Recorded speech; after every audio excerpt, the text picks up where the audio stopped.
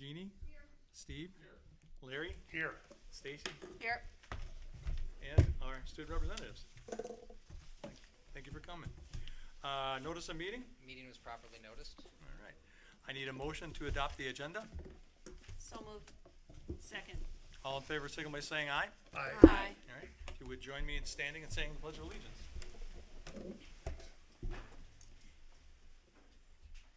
I pledge allegiance to the flag of the United States of America and to the republic for which it stands, one nation, under God, indivisible, with liberty and justice for all. Thank you.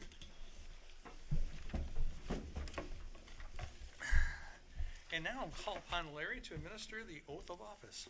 Do we want to come on down? Come on down, yeah. I don't know if you had time to memorize the. Oh, we give him a copy, I think. That's right.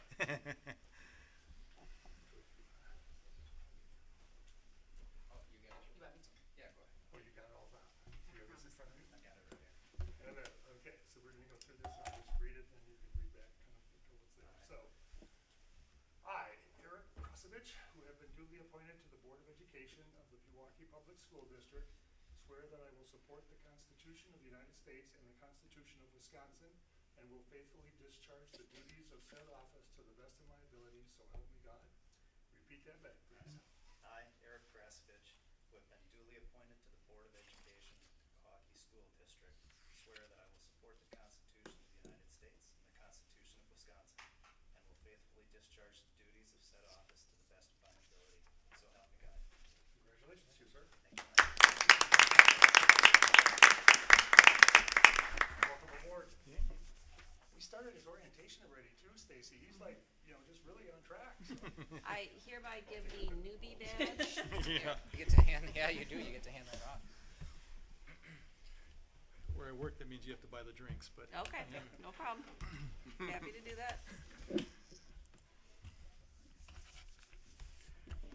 All right, next item on the agenda is Spotlight on Learning, the summer school report. All right, come on down, Amanda, Lisa. Hi, everybody. Hello, Thanks welcome. for inviting us to share a little bit of the fun and a little bit of the work we did over the summer. Uh-oh, there we go. Okay, so I'm Amanda. I was the principal after Jody went about and took over summer school for her. So her been here forever. I think I've been with summer school for 33 years. Wow. But, That's awesome. So I'm the associate principal of one of them. Go ahead. Yep, I was just and Sarah helped us with the credit recovery piece mostly. She works at the middle school usually, so that was fun to have her on board. So we created a little slideshow for you to kind of share some of the fun and excitement and work we did. We think that pictures are worth more than words, so Julie, if you could click that for us.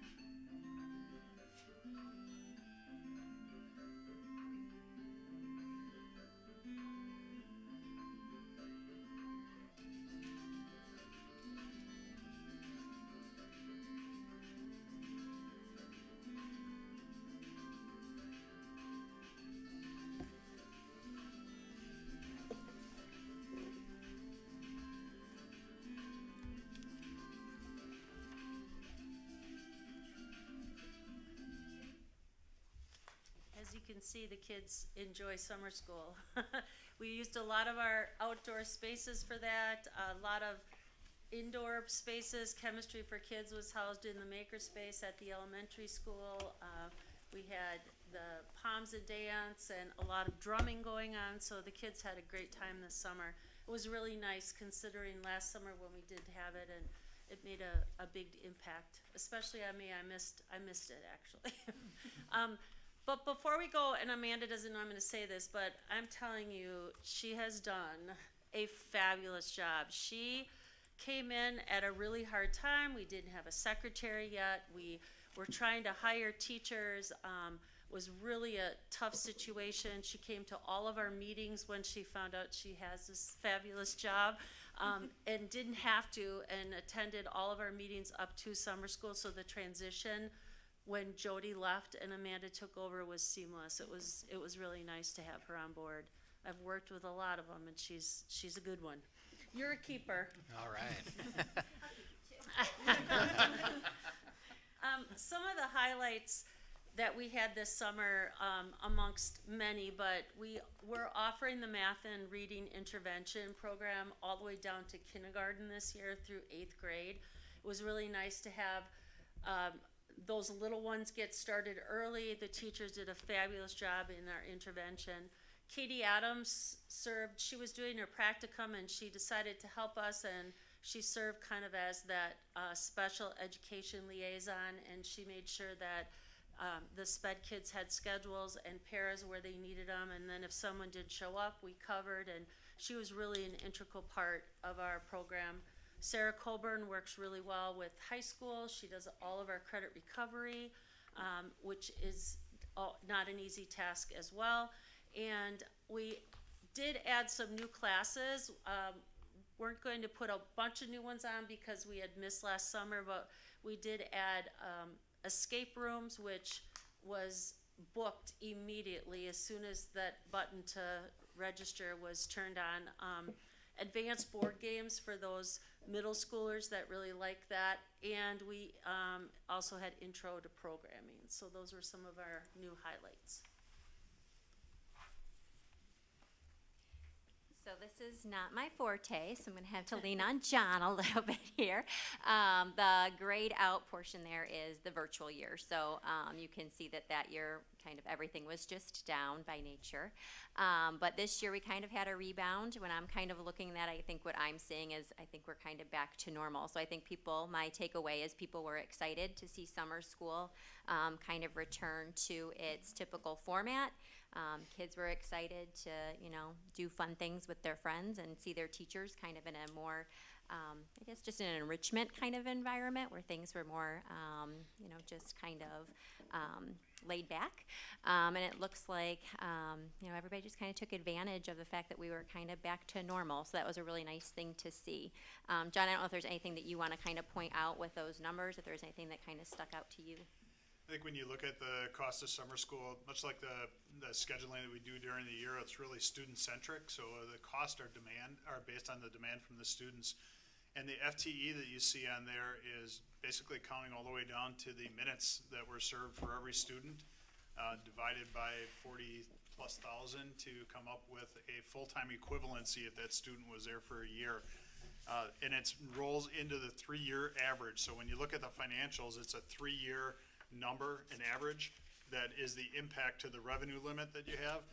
The year where we dropped down to virtual at 9, and the year before that, we went with a shorter summer school to accommodate the building projects and getting started on those. So we had a shortened summer school period, which impacted the full-time equivalency of participation. So you see that number dip down. It'll come back up once we have 3 years that are at that 63, 64 range. We'll see consistent revenues that will cover the cost of the offering of the program. Thank you, John. This kind of just highlights our staffing updates. Kind of some of the takeaways here is that we are seeing more out-of-district teachers volunteer to teach our summer school programming. It was a difficult hiring summer. We're thinking maybe some of that was due to COVID and teachers kind of just sort of kind of wanting to take a breather after everything that kind of had happened. But we're hoping that this year will go a little bit better. We're hoping to put in some different ideas and hopefully see if we can recruit people to, come from our district. We think that's good for kids to see their teachers at summer school. I think it's good for consistency. It certainly helps logistically because those teachers already have their computers and laptops. But hopefully we can increase those number of Pewaukee School District teachers this year. And then this is credit recovery, which is going on at the high school. Sarah was a big piece, was a big help in helping with this piece. She just wanted me to note for you guys that it was wonderful to have it back in person. These kids kind of struggled a little bit with having things virtually, so she was happy to see everything back in person. She kind of also reiterated a desire to maybe see if we can try to get some Pewaukee School District teachers to teach those classes. And we are using Canvas to help the teachers who are teaching credit recovery to access the curriculum so that those classes more closely mirror what students get during the typical school year.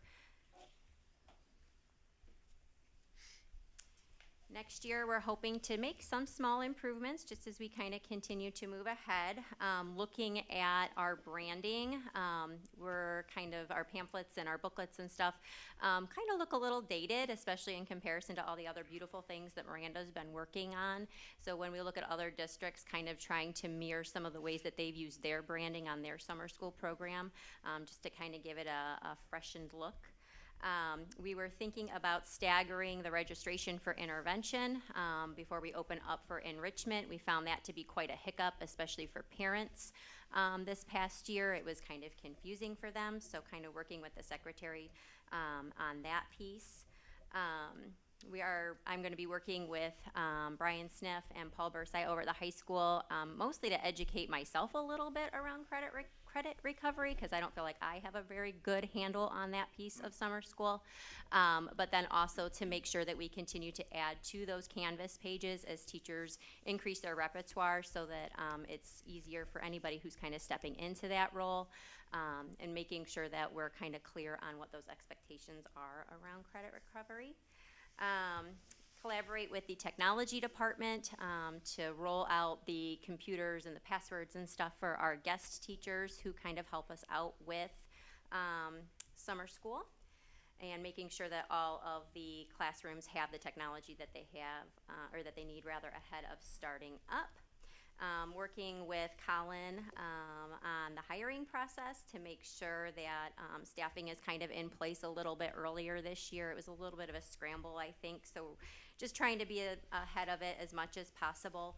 One of the big pieces this year, Nikki Sandvik is kind of thinking she's maybe not going to be able to do the secretary role again, so kind of we're already kind of in talks about how to fill that. So kind of getting ahead of it as quickly as possible.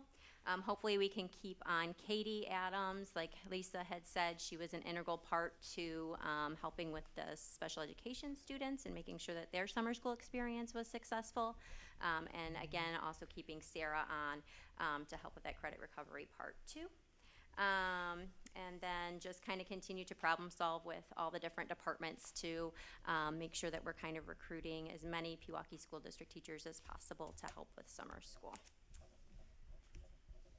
And that, these are the proposed dates. So we're looking at Tuesday, the 14th, for orientation for summer school teachers. And that's because I couldn't do anything without Lisa, with all of her years of experience. So she's got somebody getting married. So she can't do the Thursday, which is kind of the traditional day. So we're going to move that up a little bit, and hopefully that will work out. And then those are the proposed dates for session A and session B. And then just note at the bottom that strength and conditioning and also credit recovery, those dates often kind of either start before or go after, so a little flexibility there. And I think that's all we have. Is there anything you guys wanted to ask us, or? I have a question. Yes, ma'am. Your rationale for the struggle to get PSD teachers is reasonable? Do you know that's a fact? Was there any survey or is there any way to question? No, I kind of just am going on what Jody shared with me. Okay. I don't have much information. We did do a survey at the end of summer school, kind of asking those teachers who had taught, you know, what they liked, what they didn't like. I did have a couple follow-up interviews with teachers, kind of to get some more information from them. So I don't have anything secure with data on that, but yeah. Steve?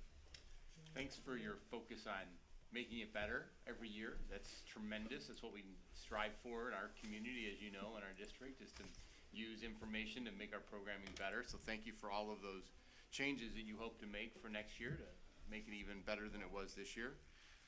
One question I'll add was I was a little surprised, Danielle, about that there weren't more credit recovery students. And we talked in the spring that we had a few more kids, or a same number of kids with a few more challenges during the spring semester in high school especially, and I was hoping we might see a couple more students using this opportunity. What are your thoughts about that? Yeah, so it's important to distinguish the difference between the credit recovery and like students who are in our alt-ed program. Okay. In that credit recovery tends to be kids who, for all other programming is just, it has a very typical normal high school schedule, but fails like a specific class or two.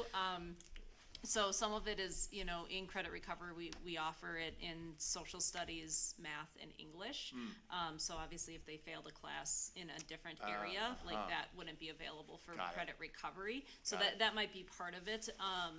I would say the number is actually pretty typical of what we usually receive.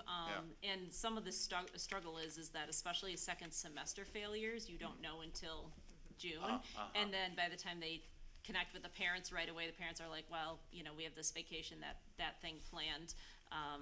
And so, you know, it's always tended to be pretty low numbers. We too wish more kids would take advantage of it, but you know, their option if they don't take advantage of it is then to retake it for the full semester. Right. And you know, oftentimes that means dropping an elective class that they have, and some opt to do that as well. Thanks for the explanation. It makes a lot of sense.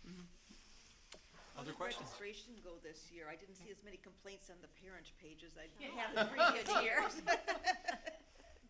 We were ready. Registration went really well. We didn't have any glitches in technology at all. I know one year we pushed the button and it didn't go.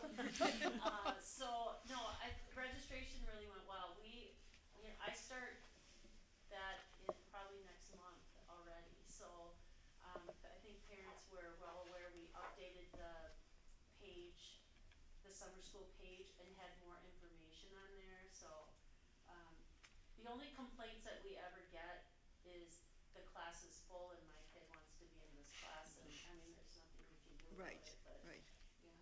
You know, and on second thought, I love seeing their smiling faces. They're having so much fun and don't even realize that they're actually there I learning. know, it is fun, yeah. Other questions?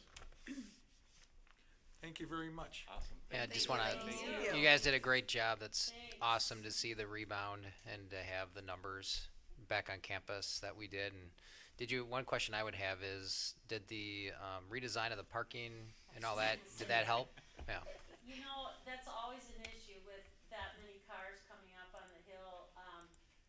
But the 2 previous years there was construction. Right. So this year without the construction, I think it took us a while, but I think we finally ended up with a pattern. Yeah. I mean, you could block off anything and someone's gonna move that barricade. Right. It doesn't matter. You know, you have 7 cones out, but they figured the 2 widest ones to go through. So it's pretty tricky trying to. Always takes a couple of days to get them into the It routine. does, yeah. And I didn't have anyone yell at me, did you? No, I everybody did it was this year, actually. fairly, you know, They like. were all yeah. waving. Sometimes you get yelled at. I didn't have any. That's good. And nobody got hit either. That's right there is Um, positive. I will say it did take some guessing and checking, like with that, and some saran wrap and creative signs. So that's another thing we're going to work with John and hopefully some of the makerspace classrooms to kind of try to create some more, I guess, heavy duty signs for traffic and that sort of thing. So we're hoping that we can roll that project out too, so that Lisa's not, Hobby lobbying. Well, it's a really big job, and you guys did great work, and so between the two of you and Sarah and the work Jody did before she left, so appreciate the good work you did, really running in essence our 5th school in the district with that summer school. It's a big one, yeah. It's in fact it's the biggest one with 1,100 plus students. So well done. Thank you. Thank you. Guys.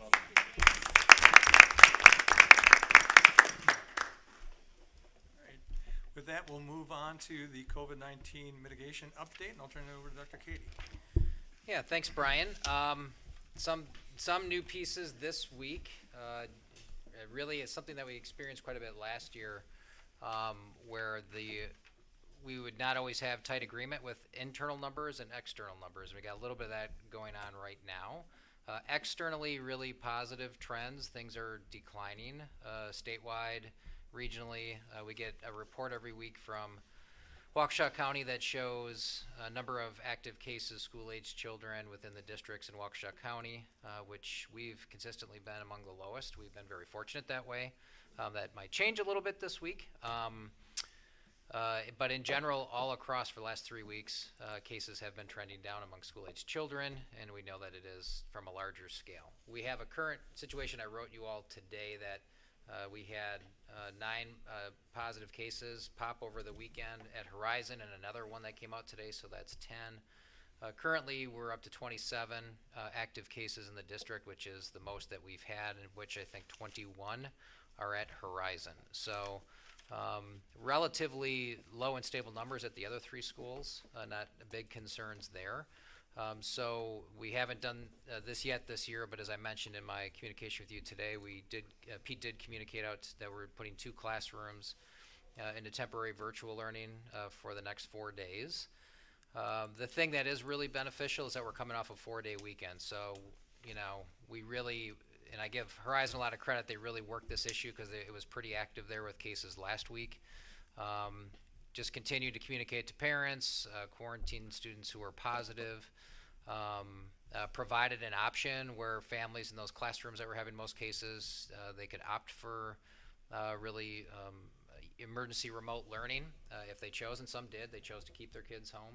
So we were offering dual options, but cases have continued to pop, including some specific sections that have high numbers. So it was a real opportunity to try to maybe mitigate this by coming off this 4-day weekend, because kids already haven't been here since last Thursday. Typically then you would send them out for at least a 10-day break, which is the minimum quarantine for a group exposed like that. So because we're coming off that 4-day weekend and they were last Thursday, we get to the 10 days already through this Sunday, so they come back Monday with that already taken care of. If we would have waited tomorrow and saw more cases and then we have to do this, now they're actually missing quite a few more days of school. We know that it's definitely a burden on families and parents with those elementary age kids in particular to try to have to find care for them, but we're trying to get this to kind of settle down so that it doesn't spread further. So we currently have 2 sections that are in temporary virtual learning through Friday. We plan to have those students back then on Monday, and then we hope everything is following the trend in the area. In terms of our category, we're in yellow again, kind of low yellow, a 4.3-ish, I think was the average 7-day positivity rate. But again, this is just one of those examples where internally we had this jump in cases. So by and large, things are going well. We're just trying to manage this little pop here that we have at Horizon. So I'd be happy to take any questions that you have, but that's the current status. Any questions for Mike? I did see, Mike, that the hospitalizations statewide are below 1,000, which is like the first time in months Yeah. that we've been below 1,000, so that was really great news. That's really great news, and the data continued to be really good on school-age kids not being hospitalized. That's continued to hold as a pattern that we've seen really throughout this, even with increased numbers. There was a little bit more in the 15 to 18-year-old range, just a couple more than is maybe typical, but there was much higher case counts this last month. So generally, very low severe rates with kids. So that's a good thing. And yes, hospitalizations in general are coming down. It's great. All right, that takes us down to comments from citizens. Julie, do you have any cards? I do not either. Does anybody have a card filled out to comment? Okay, thank you. I'm going to open it up now to board members for any salutes or recognitions. And, go ahead, Steve. You want to jump right in there? I want to salute John. John called me today or messaged me today and said, "Hey, I want to talk urgently and give you an update on something." And we chatted, and a late breaking notification came from the state related to a district student who's seeking education outside of our district, but who lives in our district. And John could have let that one slide after putting together all of that material that we all read over the weekend, and just left it and rolled it into next year's numbers. But it was something we knew in advance of us adopting the budget, and we knew that the levy would need to change or we'd be overstated. So it was really appropriate and very upright behavior for John to take that information and immediately make adjustments to account for it and make sure that when we roll our levy out, that it's as accurate as it can be for our district and our residents of our community. So thanks, John, for doing that. Let's see. I want to nominate or recognize Lisa O'Hearn. I guess I didn't realize it's 33 years that she's provided that kind of leadership for us and being, a pillar in our teaching staff. So kudos to her for stepping up every year for 33 years. I'm embarrassed to think back how long that is. And it just dawned on me, 33 years is a long time to do that. So thank you to Lisa O'Hearn. Absolutely. Yeah, that's a very long time. Very long time. So, any others? I would like to give a shout out to Tony Stranke. We were looking at the procedures for our special education policy because they were kind of general. He came through and did a dynamite job, so when they get updated on the list of policies, you all need to check it out. He broke every single category out. So we've got a category for the blind, there's a category for the deaf, there's a category for emotional disability, there's a category for handicapping. So it's laid out beautifully. I can tell he did a ton of work on it. I'm sure he did a lot more work than it will take us to read it. Probably. Thank you. Great. Thanks for bringing that up. Other questions, or other recognitions? I'll open it up to admin then. I'd like to salute Danielle and Robin Wilson and our learning coaches and everybody else who did a great job. Today was our first professional development day, and a lot of work and planning goes in to make those productive days. Principals as well put a lot into those. So just want to give a shout out to all of those individuals for making today very successful. Walking around quite a bit today, and by all accounts, it went really well. I just thought of it now, but do you student representatives have anybody you want to recognize? I don't have anyone right now. Okay, next time? Yeah. Okay, fantastic. I was kind of envious of the chair massage thing today. I thought, well, that would be nice. Yeah. I saw those slots all filled up. Sandy does a great job of organizing our wellness hours so that there's lots and lots of options for That's staff, awesome. yes. So that brings us down to the consent agenda. There was a slight correction in the minutes from the previous meeting. I don't know if you picked up on that. There is some correspondence, and at this point we don't have any gifts. If there aren't any questions or corrections, I will welcome a motion to accept the consent agenda. So moved. Second. All in favor, signal by saying aye. Aye. All opposed? 7-0. All right. Now we come down to the thing we do this time of year, every year. look at the adjustments to our budget. I'm gonna turn it over to, John Gann. Thanks, Brian. So there's two actions that will be taken as part of this motion, as part of this. Two motions will come out of it. The first is to amend the budget for the year. Give you just a quick history on the cycle of budgeting within schools. It starts back, well, actually in about 2 weeks, we'll start budgeting for the 22-23 school year. And runs all the way through the development process, fitting within the revenues we anticipate, all the way up to October 15th, which is a certification date for our state aid. Once that certification is made, then we're able to set the tax levy, which we'll be doing at this meeting as part of that second motion. You operate under a preliminary budget, and this board always receives that preliminary operating budget at the second board meeting of April.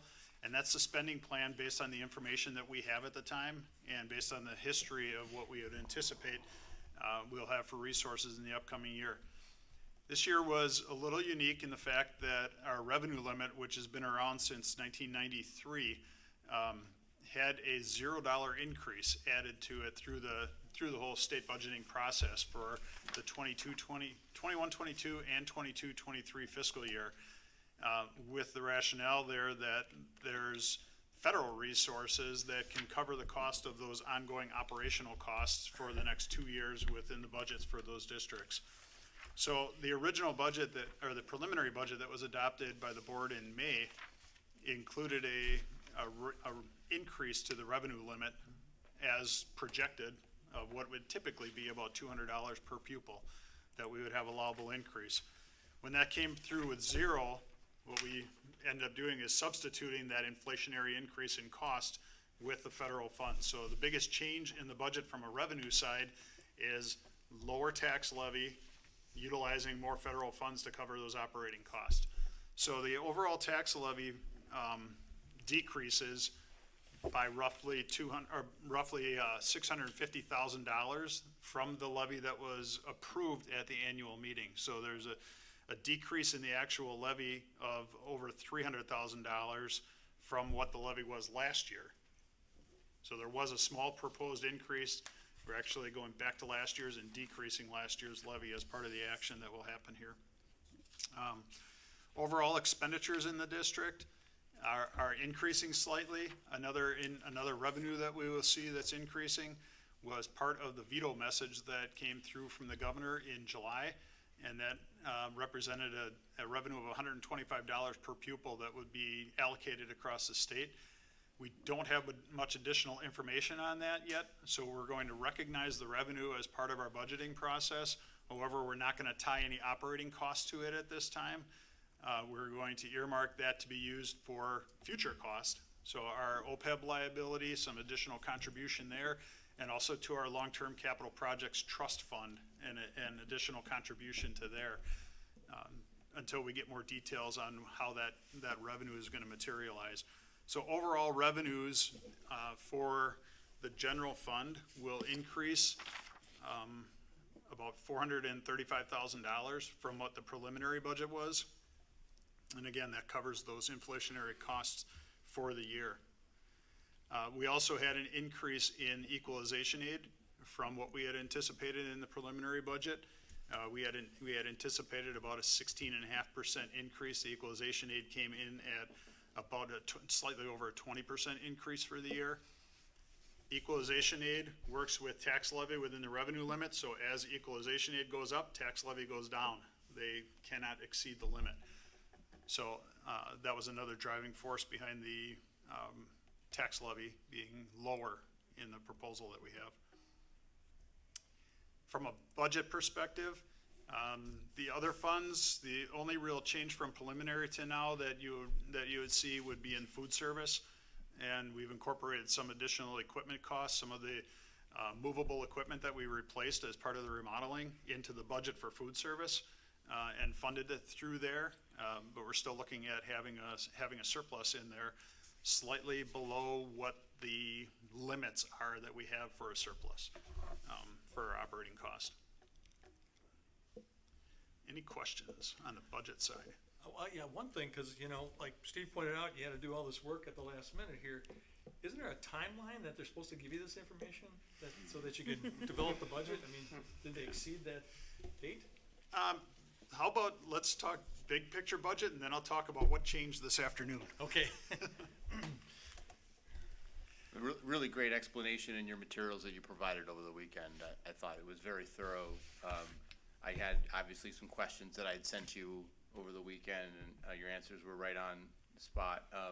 I appreciate the perspective of taking the $375,000 we're getting from the Evers veto and putting that more towards some rainy day type actions to make sure we're offsetting future liabilities. I think that's a smart move, so thanks for taking that action.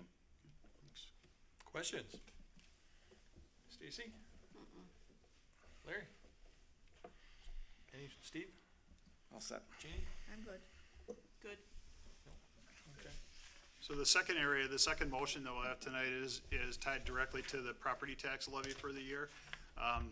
We had the mill rate is the product of us setting the levy. So unlike municipalities and where you set a mill rate and the amount of money you get fluctuates with that mill rate, in the school districts, you set a levy that's controlled by the revenue limit. And within that levy, however the property values adjust, makes adjustments to the mill rate. So our mill rate last year was $9.45 per thousand. Our preliminary budget that we took to the annual meeting projected that mill rate to drop down to $9.25 per thousand. After the changes to the budget that we discussed with the revenue limit and the additional aid, that mill rate is dropping down to $8.91 per thousand. That's the lowest that it has been in this district for over 20 years, the property tax rate that we have. So the mill rate is dropping down to $8.91. Well, even last year's was the lowest we've ever had in Yes, this right. district This is lower in than 25 years, so we're even lower than that, huh? Correct. Yeah. Well, it was only 5 years ago, 6 years ago, it was up over $11 Yeah. for the mill rate. Now it's under 9, so that's a good direction. It's a great direction, and it's really valuable to the taxpayers of our district that their property values are growing faster than the costs of the school district, so that's a good sign. So then, I just wanted to quickly address the changes that we had to what occurred, as Steve alluded to with an additional student. This is how sensitive the revenue limit can be for a district. So it's a 3-year rolling average. We had one student that we were informed late last week was enrolled in another district and had enrolled through open enrollment but had not been recorded in the state system. So now we got to count that student as a resident. Adding them to year 3 in the 3-year rolling average triggered that increase of one student FTE, which decreased the declining enrollment exemption that we had. So it lowered our revenue limit. So gaining one student lowered our revenue limit for the year by about $10,800. So that's the adjustment that we knew about. When we know about it before the board's taking action, I want the board to take an action on so that revenue limit is gonna show you're at your limit. You're not exceeding your limit when you take that action. So if we know it in advance, we wanna take that action. There will be more adjustments. This happens every year. So if it happens after you set the levy, you can't go back and change that. And you make the adjustments in the count to have the count always accurate. And then it results in an adjustment to the subsequent year. So if you ended up over levying because we lost a student now, or we gained a couple more, if you ended up over levying, it would be an adjustment to the levy for the 22-23 school year. So you cannot over levy on the revenue limit. How late do these usually go? What's the latest that you had to make an adjustment? You can adjust all the way through. Well, typically, if you have a membership audit, the adjustments are locked sometime in April. So generally, we'll find out one or two students in any year that we didn't have in the count on the third Friday that we make an adjustment for in November or December. Usually by the January count, everything is right on. Okay, fantastic. So the adjustment that we made was to the revenue limit went down by $10,804. That amount was reduced from the levy because the aid number doesn't change anymore. So that number was reduced from the levy. And Steve has the motion with the updated levy amount. And then subsequently, the general fund budget was adjusted down by that $11,000 to keep it in balance. Other questions for John? Nobody? Okay. So we have two motions that we're looking at. Move to approve the revised, what we call the original budget for 2021-22 as presented, and include a copy of the attached budget summary in the official meeting minutes. Second. All those in favor signal by saying aye. Aye. All opposed? 7-0. I'd like to move to approve the Board of Education to a tax levy of $28,266,758 for all funds for the 2021-22 school year as described below. Second. All those in favor signal by saying aye. Aye. Aye. All opposed? Motion carries 7-0. Thank you, John.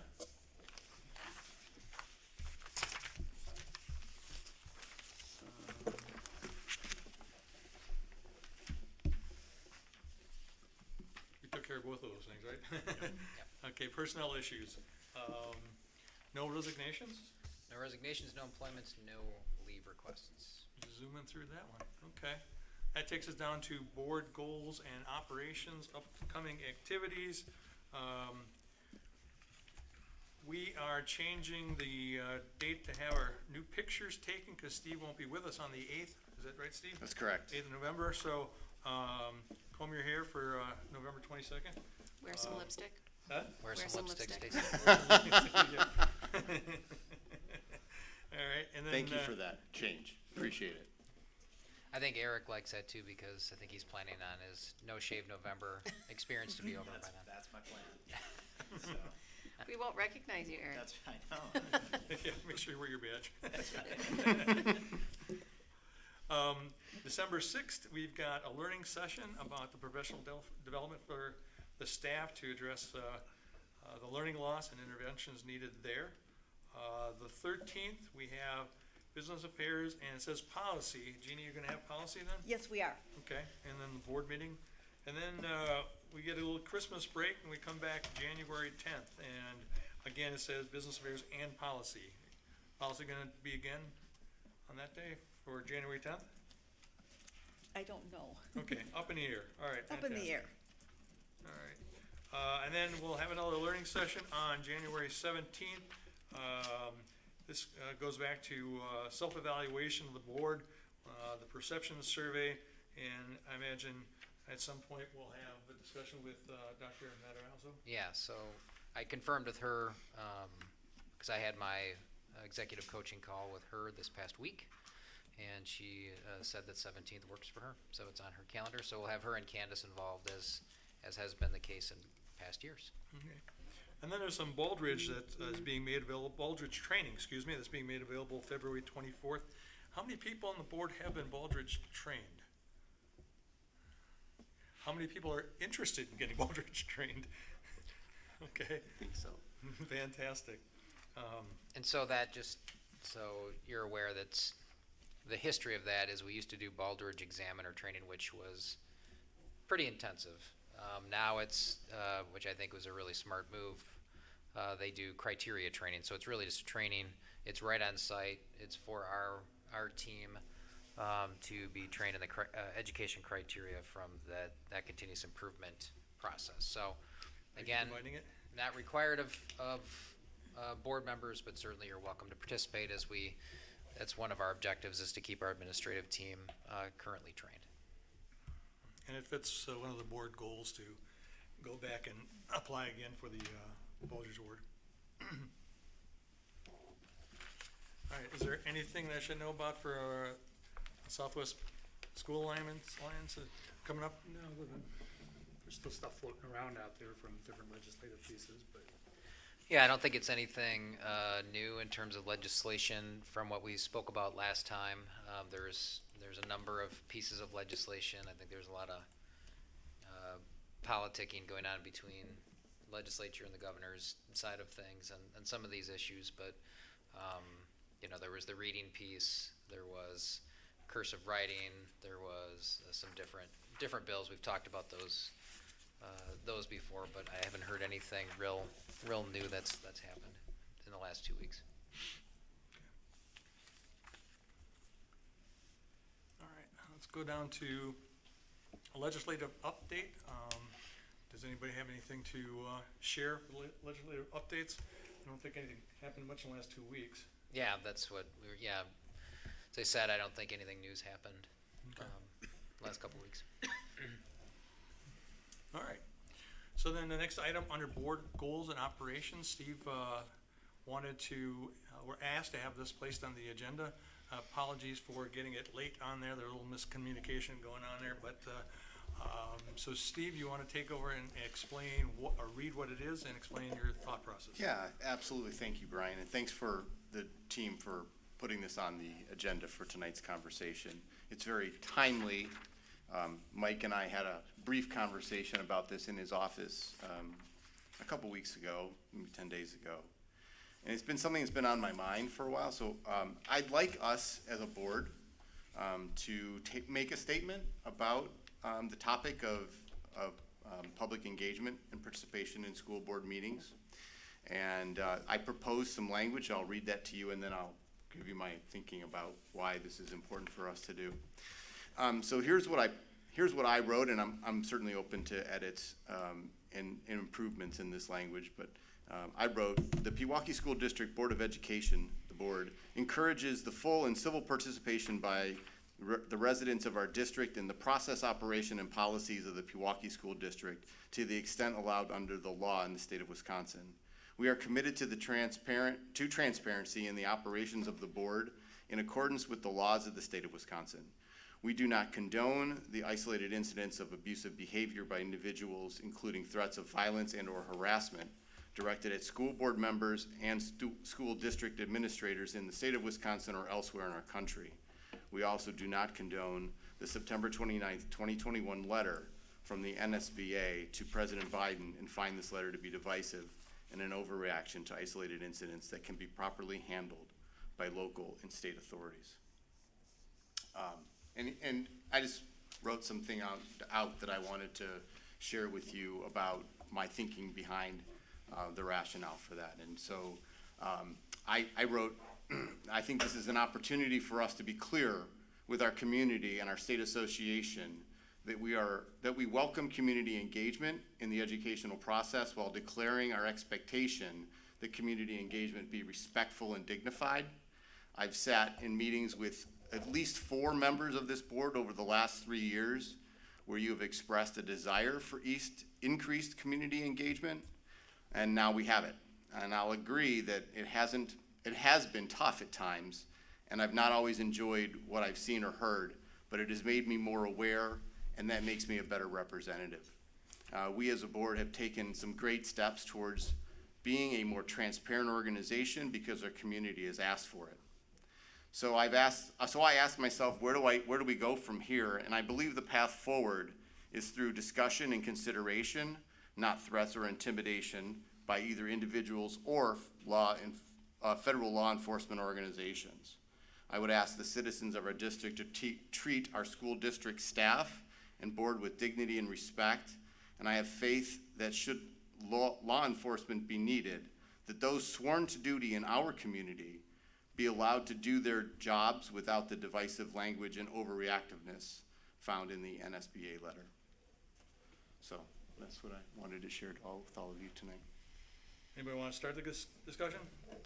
Steve, one of the things that obviously I took a look at this as well, and I have no problems with the first, I guess, 3 or 4 sentences of your request, but the last sentence, because I think to me, it's like there's the local part of it, but the NSBA has done some things which maybe are kind of not exactly what I would consider appropriate, and so I have a slight rewording of the very, very last sentence to make it a little bit maybe more clearer from my perspective. Sure. So, and again, it's just specifically to the last sentence of your statement where you say you do not condone.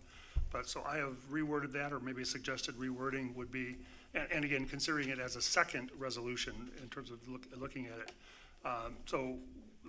My version of it would be, we do not approve of the approach taken by the NSBA in preparing the letter, nor the content of the letter, which we find to be divisive and an overreaction to isolated incidents that can be and again, potentially a word change here, can be best handled by local and state authorities. So I substituted the word best for properly, but, so I don't know if that's the only change that I made with that, but, because I think that there were a number of things that they ended up doing specifically in how they prepared the letter and how they approached it, and the fact that really none of the NSBA board was involved or aware of the letter being prepared and being sent, and that's totally wrong in my mind. I mean, that's why we have elected WSB, or NSBA representatives from our region, and I believe it's a lady from Minnesota. So my thought would be we could clearly make this separate resolution available to our Wisconsin, Minnesota representative, and then the NSBA board president, this Viola,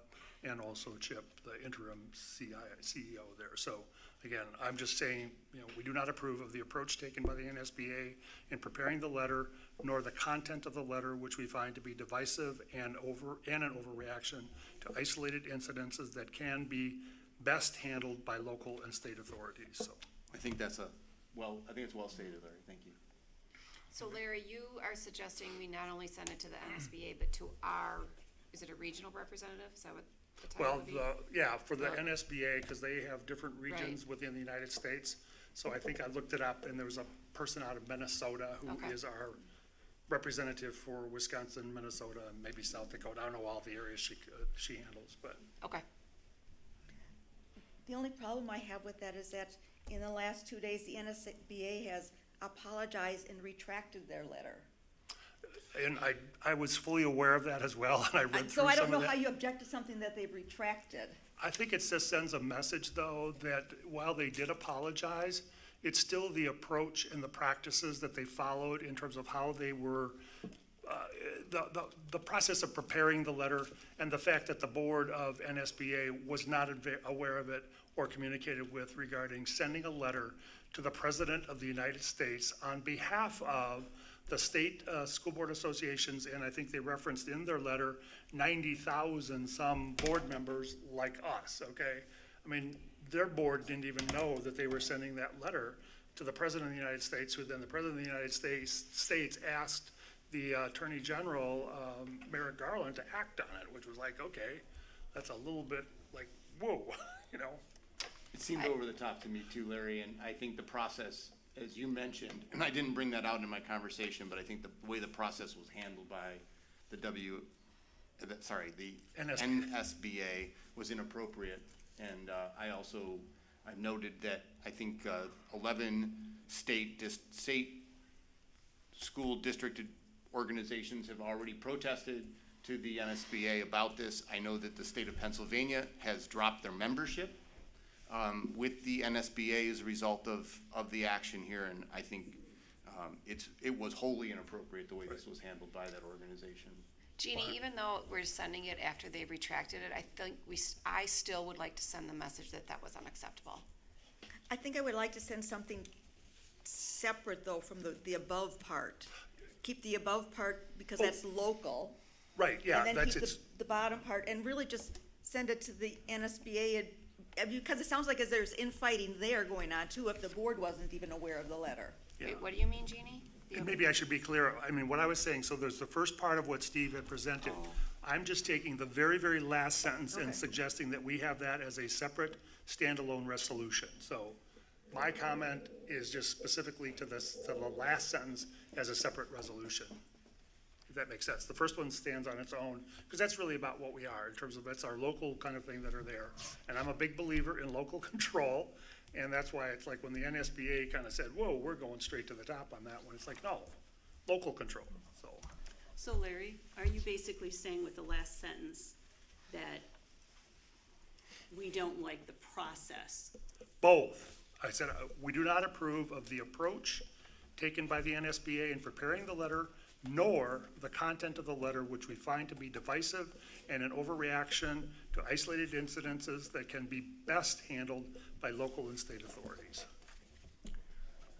I've got a bunch of issues with this, one being it's been retracted, why we're doing this in the first place if it's been retracted, but clearly they violated process. They exceeded their authority by not consulting with the directors. So that's a big problem. But I don't see, with all the school board members resigning all over the state and all over the country that this is an isolated incident. School board members are not quitting because somebody's coming to the board with respectful conversations based on, data and well thought out type of arguments. They're quitting because they're being harassed and followed and things of that nature. So I don't think this is an isolated incident, and I only think it's an overreaction because they exceeded their authority. I mean, if they came together and the board of directors of the NSBA decided to do this, I would have to support it, but they didn't. So, this should have never been issued without that. But as to the comments here about isolated, I don't think these things are isolated. So my preference would be, since they saw reason and retracted their comments, and I'm sure there might be some changes in the administration there, that we don't need to do anything. Brian, I'd have to say that I disagree with you that it's not isolated.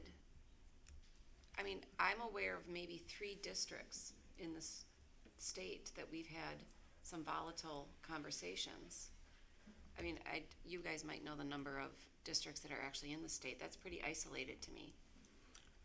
When you Google it, there's a lot of things that come up, even in our state. So, and when you look at broader questions about people resigning and the reasons why they're doing it, it's a lot more than just the regular amount of people resigning every year. It's significantly above that. But part of that is, okay, I mean, I really applaud the people that have come and presented and talked with us, because exactly as Steve said, I mean, we want citizen participation, engagement, helping us to kind of make decisions on behalf of the school board. Sometimes we're gonna get criticized. I mean, there's no doubt about that. I mean, we're gonna get criticized, we're gonna be critiquing it, but that's why I stepped up. I'm willing to run for election and willing to take the position.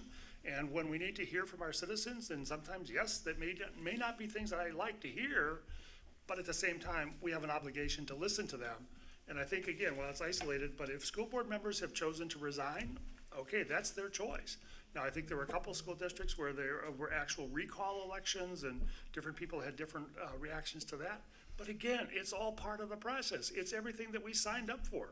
If we don't like this, don't run for election again, or if you choose to resign, fine, you resign. But it's not that, and again, I don't think any of us here, hopefully nobody in our state has gotten really physically attacked or other things happening to them personally with that. But I'm grateful and appreciative of the fact that we did have a couple times the village, the police department here. But I'm okay with that. I mean, that's fine. And we have citizens here, and we just need to listen to them. I mean, that's what they're here for, so.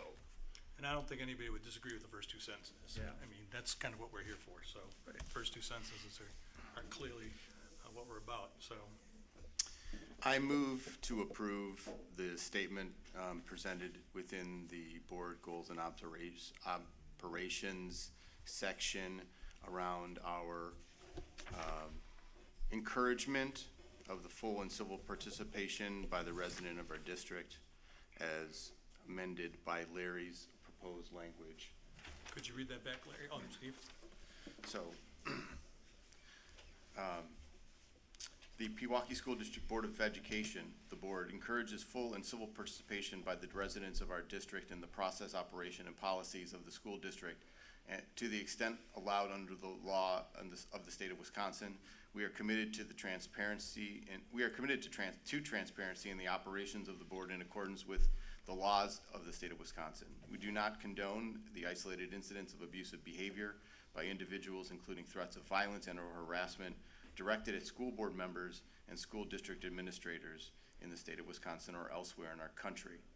We do not approve of the approach taken by the NSBA in preparing the letter nor the content of the letter, which we find to be divisive and an overreaction to the isolated incidents that can be properly handled by local and state authorities.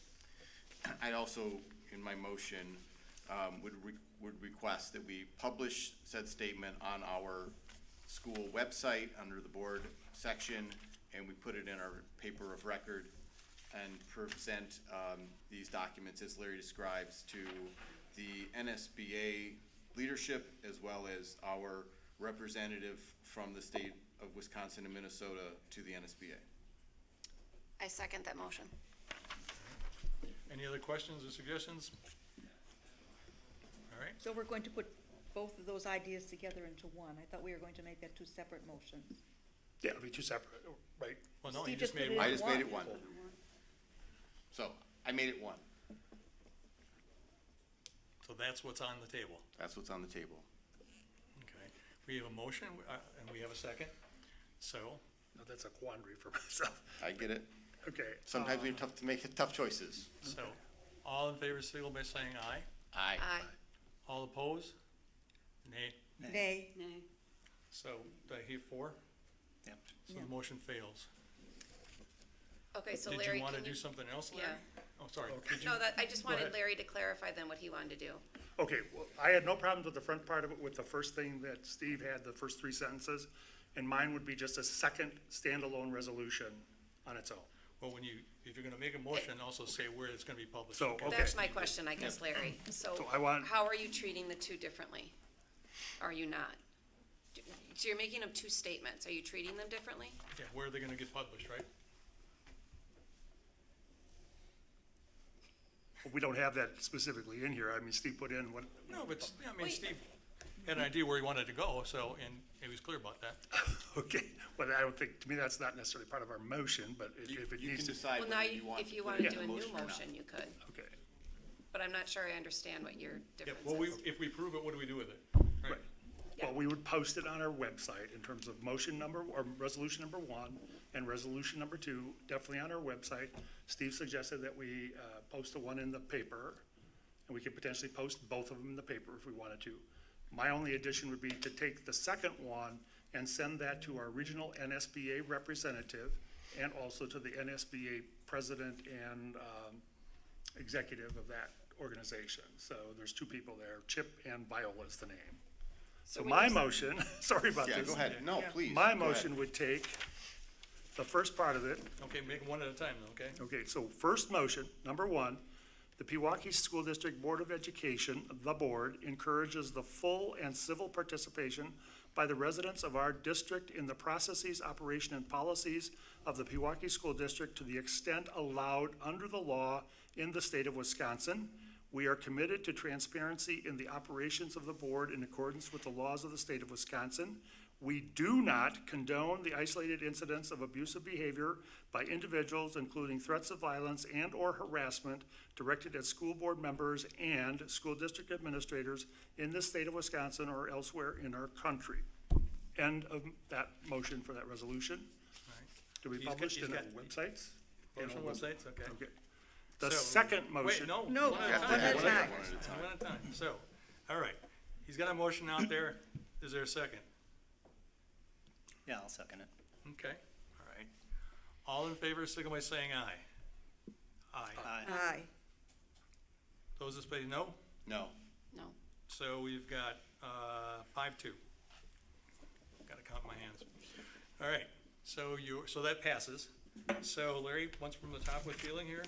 So I'm taking, again, the last sentence, and I've worded it differently with I'm hopefully a little bit more stronger word than condone.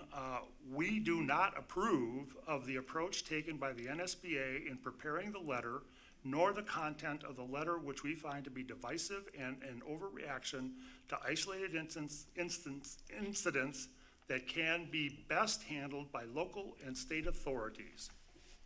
End of that second motion. And published where? And it will be published again, same place in terms of district website, local newspaper, with a copy sent to the Wisconsin NSBA board representative, with another copy being sent to the NSBA president Viola and Chip, who's like last name, whatever is out there, so. So that's the difference. The second statement will be going to them. The first statement will just be published. Just Will be from what? my understanding. The They'll- first statement They'll will both be published, but one is actually gonna be a letter. be sent to them. Yes. I understand now. Thank you. All right. All right. We got a motion? Do we have a second? Second. Okay. We have a motion and a second. All in favor, signal by saying aye. Aye. Aye. All opposed? Oh, I'm sorry, was I it, said Aye. aye. Yeah, aye. all opposed? Nay? Jeannie, what was yours? Aye. Oh, okay, so it's 5 or 6? 6. 6-1. All right. Motion approved. Thank you for clarifying, Larry. I was confused. Did you get all that, Julie? I think she's probably really glad it's recorded now. So the next item is comments from citizens. Did you receive any cards? Nope, okay. Nope, there's a card coming.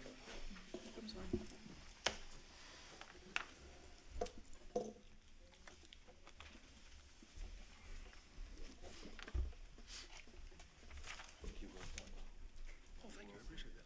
What is it? Stan? You, say something about the children in the district. Yes, well, that was kind of the comment, but I really appreciate the conversation here tonight about this. And that we voted on it, and we're going to post it, and we're going to send a letter. Knowing how we have these boards and things, we have all the people making these decisions and going kind of John Wayne on us, it's really inappropriate. And I really appreciate you taking the time and going through, and then restating that for the people of the district. And I'm also really happy about the fact we're signing a letter to the NSBA. That needs to be stated. And I just wanted to say thank you for that, because it means a lot. That's all I have to say today. Thank you. Thank you, Stan. Thank you for your comment.